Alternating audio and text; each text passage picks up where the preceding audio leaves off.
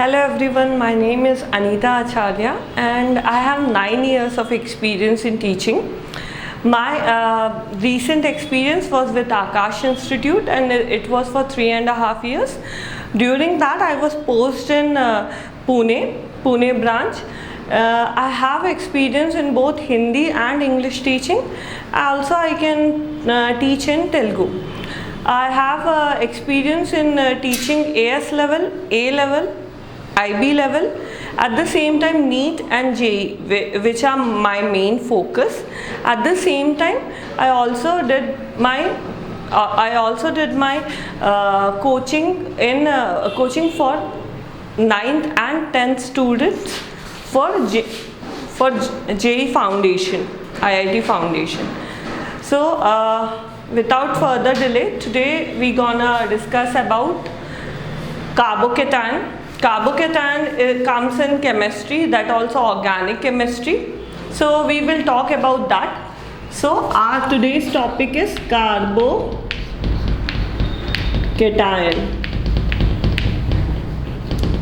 Carbocation. Before going into this topic, let us discuss something about the basics. This carbocation topic comes under GOC, General Organic Chemistry, which is part of 11th standard syllabus in CBSE. It is the basics of organic chemistry. Carbocation, which we are studying right now, is an intermediate. Now, before going into the intermediate level, what are the intermediates, how they are formed and all that, I'll just briefly tell you about the introduction. So, let's talk about introduction. When I'm considering any organic reaction, it takes place in different steps. The first step is a substrate reacts with a reagent to form an intermediate. This intermediate further changes to form the final product. So today our topic is carbocation. Implies we are concentrated on this level, intermediates. Okay, so now let's see how the intermediates are formed. When I am taking any organic reaction, the intermediates are formed by two different means, either by homolytic cleavage or by heterolytic cleavage. So, cleavage. What are the different types of cleavage? Homolytic cleavage and heterolytic cleavage. These two cleavages actually make different types of intermediates. Okay? So, let's see what is homolytic cleavage. Let's take an example. I am taking A bonded with B. A bonded with B. Now this particular dash is actually representing its bond. Bond is formed by covalent bond. Covalent bond is formed by sharing two electrons between the atoms. Right? Now, when I am talking about homolytic cleavage, what happens is this particular electron shifts over here and this one shifts here. So, I'll get A radical and B radical. So this is an equal cleavage. That means homolytic cleavage, similar cleavage. That is what homolytic cleavage is. Now, if I am talking about A bond B. Now, in this bond, I can also write it as this, right? Two electrons shared between A and B. Now,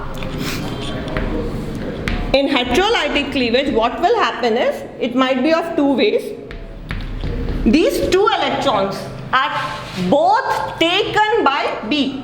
Okay, if it takes both the electrons, then it is having one extra electron now. As it is having one extra electron, it will get negative charge. It will get negative charge. Now, as A is losing its electron, see over here there are two electrons. Now, one electron is of B and another electron is of A. Now, as B is taking its electron as well as A electron, means A has one electron less, right? If it is having one electron less, then it will have what? Positive charge. Now, similarly, this heterolytic cleavage can also happen in the opposite manner, where A is taking both the electrons. Then what will happen? A will get the negative charge and B will get the positive charge, right? So, in heterolytic cleavage, what you will get? You will get charged ions, right? Charged ions. Okay? Now, homolytic cleavage, when I am talking about homolytic cleavage, it is favored in non-polar solvents. Non-polar solvent, what are the examples of non-polar solvents? Benzene, right? CS2, chloroform, likewise, right? While heterolytic cleavage is favorable in polar solvent. Polar solvent. Example: water, alcohol, acetone, and likewise. Okay, now tell me, I'm talking about carbocations, right? So it will be formed by homolytic cleavage or heterolytic cleavage? No doubt heterolytic, na? Right? Over here I am getting what? Charges. And carbocation, the word only indicates that it will have what? It will have positive charge on it, right? So it will be formed by heterolytic cleavage, right? So without further delay, let's go into our topic, that is carbocation, right? So what we studied till now, like how the organic reaction happens, that is a substrate reacts with a reagent, forming an intermediate which is formed by two different means, either else by heterolytic cleavage or homolytic cleavage, and this intermediate then forms what? Product. One of such intermediate is what? Carbocation. There are other intermediates as well, but today we are going to talk only about carbocations. So, when I am talking about carbocation, what is the first thing I should remember? First, the obvious thing, what? It is formed by heterolytic cleavage.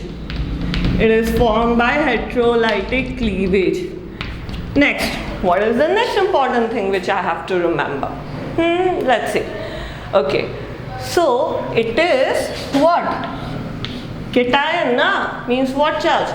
Positive charge. So it is positively charged.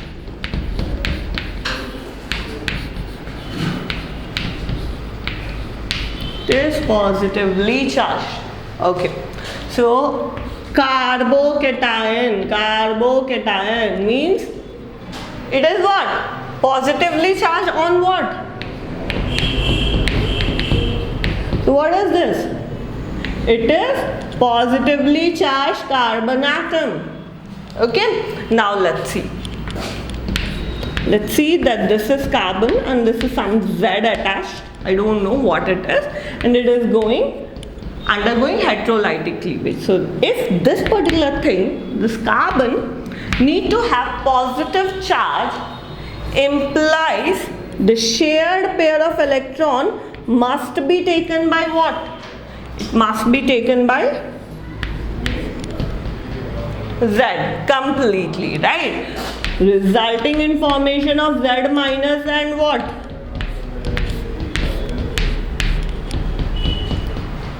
Carbon with a positive charge.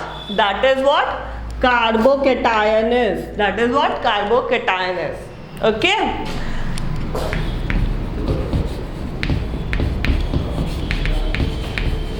Now, let's see how many electrons are there in the outermost shell, hai na? Okay, so see over here in this condition, this carbon has complete octet, right? Now during heterolytic cleavage, it is losing 2 electrons, right? So if it is losing 2 electrons, how many are left with? Before it is having what? 8 electrons. Now it is losing 2 electrons. So remaining is what? 6 electrons, right? 6 electrons in what? Outermost orbit. So if I'm talking about carbocation, how many electrons are we having in the outermost shell? We are having 6 electrons, right? So it is a sextet configuration. Now if it is a sextet configuration, okay, you know that this is not stable, right? So am I wrong in saying that this is very reactive in nature? No, na? So because of its 6 electrons in the outermost shell, it renders it high reactivity. It renders it high reactivity. Okay? So these are the few points of introduction of what? Introduction of carbocation. Now, let's see how it is formed. We need to know now how I can form carbocation, right? So let's see how it is formed. Okay, so let's revise past how it is formed. Heterolytic cleavage. It is a carbon atom with positive charge and it has 6 electrons in the outermost shell, right? Now let's see the reaction by which carbocation can be formed. Carbocation can be formed. Okay, so the first way, let's see the easiest one first. Okay, so what about what we studied till now? What we studied, we just took a particular compound and just did the heterolytic cleavage, right? So similarly, when I am taking any functional group, we already studied that, right? Functional group containing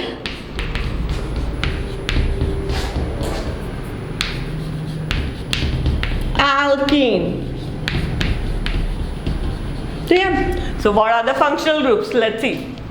Halogens, alcohols, right? Then amines. Okay, NO2. All these are reactive one. That's why I'm telling you. Okay. So let us consider out of all these the most reactive one is halogen X. Okay. Now what we will do, in presence of a reagent, what is the reagent which can take X minus? That will be KOH, aqueous. Okay, what it will do, this bond I am representing in the form of 2 dots. Now what will happen is, in presence of KOH, aqueous, this X will be taking away both the electrons. Okay, resulting in formation of X minus, plus I am getting C positive. That is what? Carbocation. That's what I wanted to form, right? Similarly, I can take alcohol.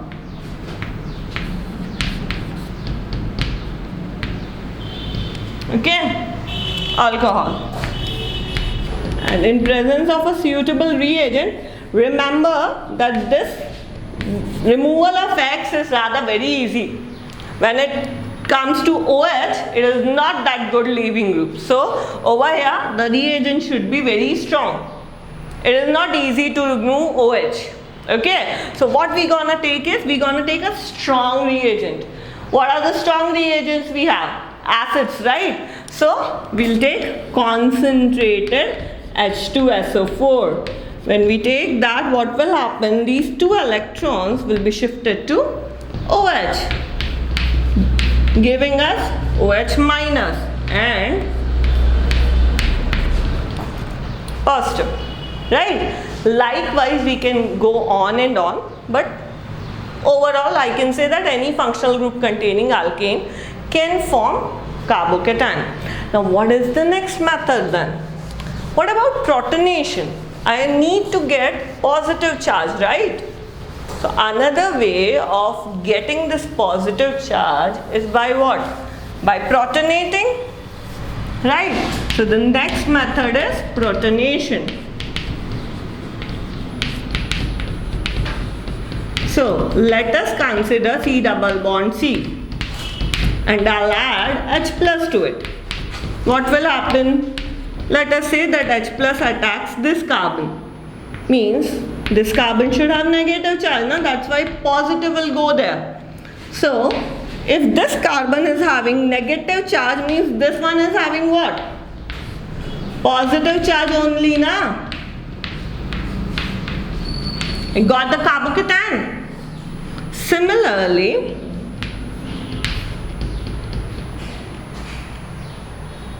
if I am taking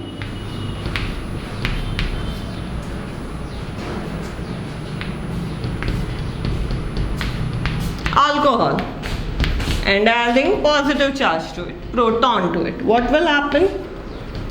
This H will attack the lone pair of oxygen, forming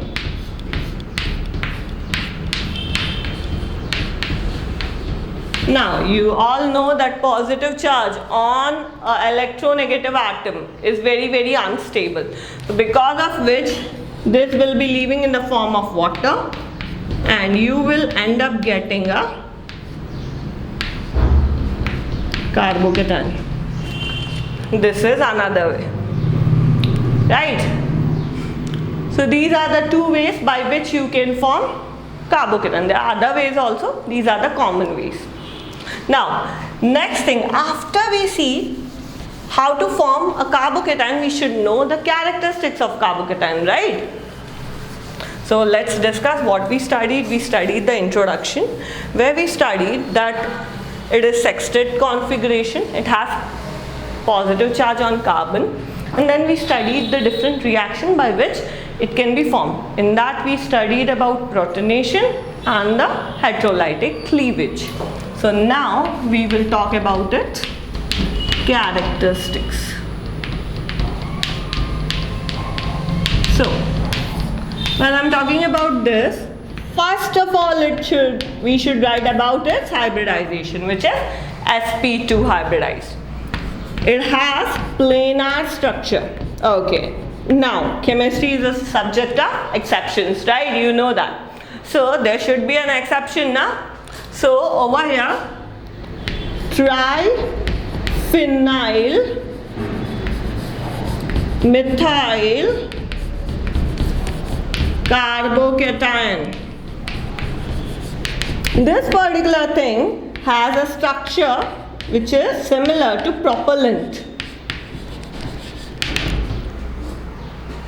Triphenyl methyl carbocation has a structure which is similar to that of propellant. Next, one of the most important property of carbocation, which you have to study a lot in second year, that is 12th, that is its rearrangement ability. It has high ability to rearrange. So these are the characteristics of what? Carbocation. Okay. Now, if this particular thing is an intermediate, that means it will be present in some or other reactions. Now, So what are the reactions in which carbocation is formed? So reactions which are shown, which shows carbocation as intermediate.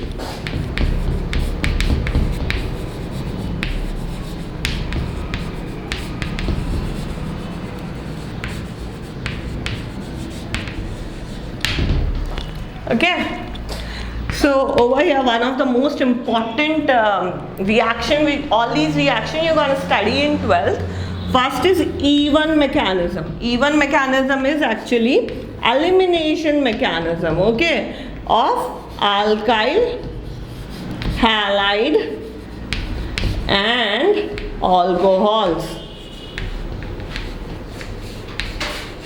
Okay. Next one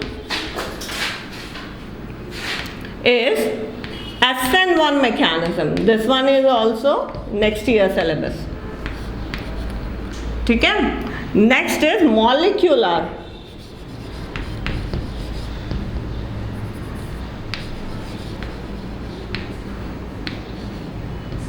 Pinacol and pinacolone rearrangement. This is also next year, okay now? Yeah. Pinacolone rearrangement.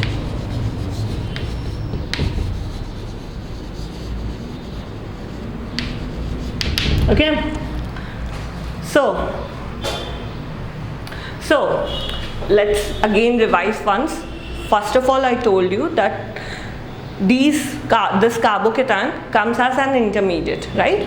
Next what I told you, that intermediate can be formed by homolytic or heterolytic cleavage, out of which carbocation is specifically formed by heterolytic cleavage. Okay, what is the next thing which we have to remember? That it has 6 electrons in the outermost shell, right? Next, what is the thing which we have to remember? All the reactions which form carbocation, right? So what are the carbocation reactions? We see protonation, then we saw the normal cleavage of alkyl halides, right? Next what we saw? We saw the characteristics. What are the characteristics? It is sp2 hybridized, planar, there is an exception, okay? Then what are and the most important thing, that it undergoes rearrangement. Next, what are the reaction in which carbocation is intermediate? E1, SN1 and pinacolone rearrangement. Okay, so these are carbocations, right? That means these are intermediates. So any reaction will be faster if this carbocation, whichever is formed, is more stable. So there will be certain factors which will be governing the stability of carbocation, correct? So the next topic which we have to discuss is about the stability of carbocation, most important one, है ना?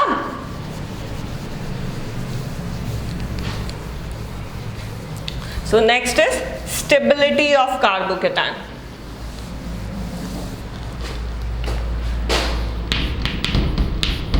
Okay, so there is I'll tell you about stability. One pakka thing which you can remember, which has no exceptions, is that whenever I'm talking about stability of anything in organic, this one wholesome, like complete rule which has no exception is most stable is aromatic. Then there are effects which we gonna, like the inductive effect, hyperconjugation and all that, which we studied, and least stable every time.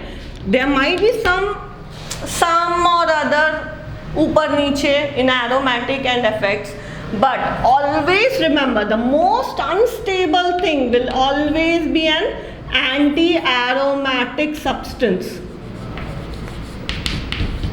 If they are saying that find out the stability, there will be lots and lots of questions, right? So when I'm talking about different questions, remember one thing, that if they are asking about stability, anything which is anti-aromatic in nature, remove it immediately. It will be highly unstable. Okay, that is the absolute thing. Now, carbocation is stabilized by different methods.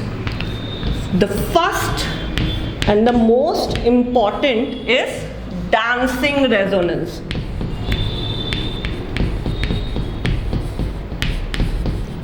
Dancing resonance is seen in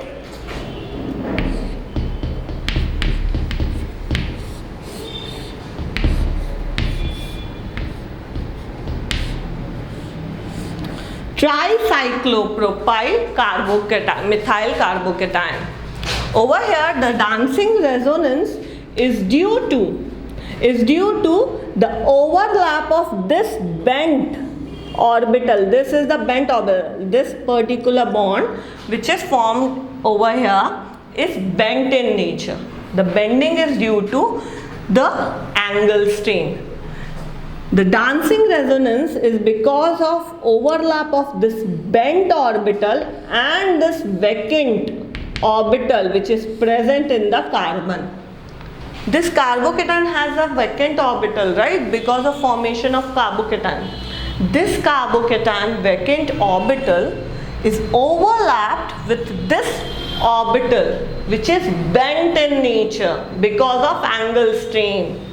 Okay, so they overlap with each other, making a special type of resonance which is called as dancing resonance. So that dancing resonance actually gives rather very much stability to any carbocation. The next thing is aromatism. Next thing is aromatism. After that is resonance. Anything which is resonating in nature will be more stable. After that, hyperconjugation. What is hyperconjugation? No bond resonance, right? Hyperconjugation. And the last and the most least stabilizing effect is positive inductive effect. Positive inductive effect. Okay, so these are the most important topics which you have to understand when you are talking about any kind of intermediate.